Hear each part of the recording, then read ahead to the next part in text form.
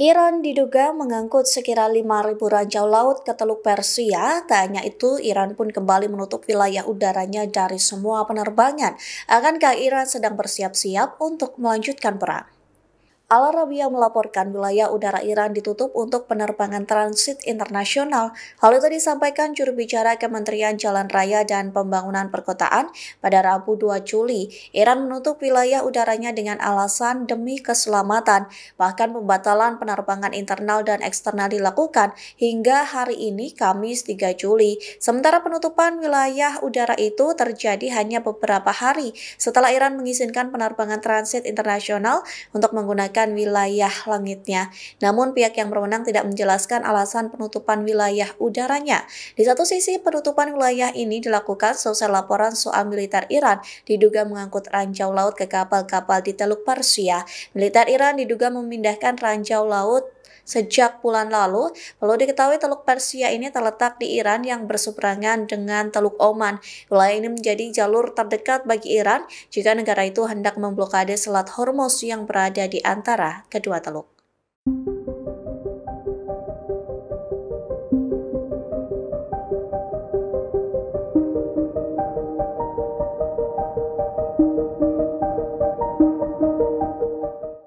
Surat kabar Israel mengungkapkan kerusakan signifikan di Israel akibat bombardir Iran selama perang 12 hari. Bahkan 5 kota besar di Israel hancur lebur akibat serangan rudal Teheran. Lantas beginilah potret kehancuran tragis dari Israel.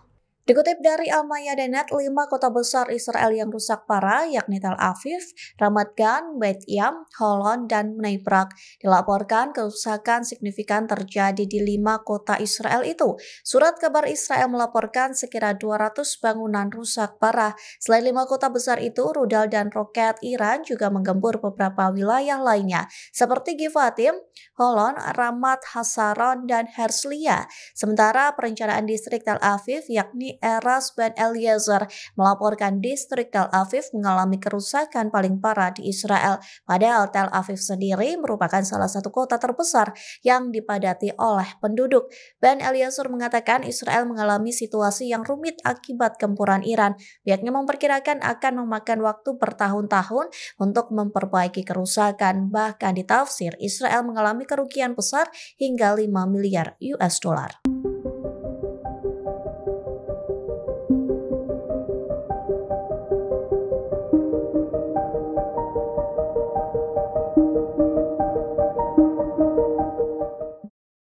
Rusia mengklaim enggan mengirim bantuan sistem anti-rudal S-400 ke Iran. Di tengah hubungan yang menegang, Rusia justru bertemu dengan Israel. Dalam pertemuan itu dilaporkan kedua negara melakukan negosiasi. Anadolu melaporkan Israel telah mengadakan negosiasi dengan Rusia pada Rabu 2 Juli. Adapun negosiasi itu terkait Iran dan Suriah selama gencatan senjata yang dicapai dengan Teheran. Lembaga penyiaran negara Israel yakni Kan mengatakan Tel Aviv telah memelihara komunikasi dengan Moskow. Dalam komunikasi ini, Israel mengklaim mengupayakan solusi diplomatik mengenai Iran dan Suriah. Rusia pun disebut memberikan tawaran untuk menjadi negosiator antara Israel dan Iran. Terkait hal itu, otoritas Israel dilaporkan memulai pembicaraan dengan Moskow.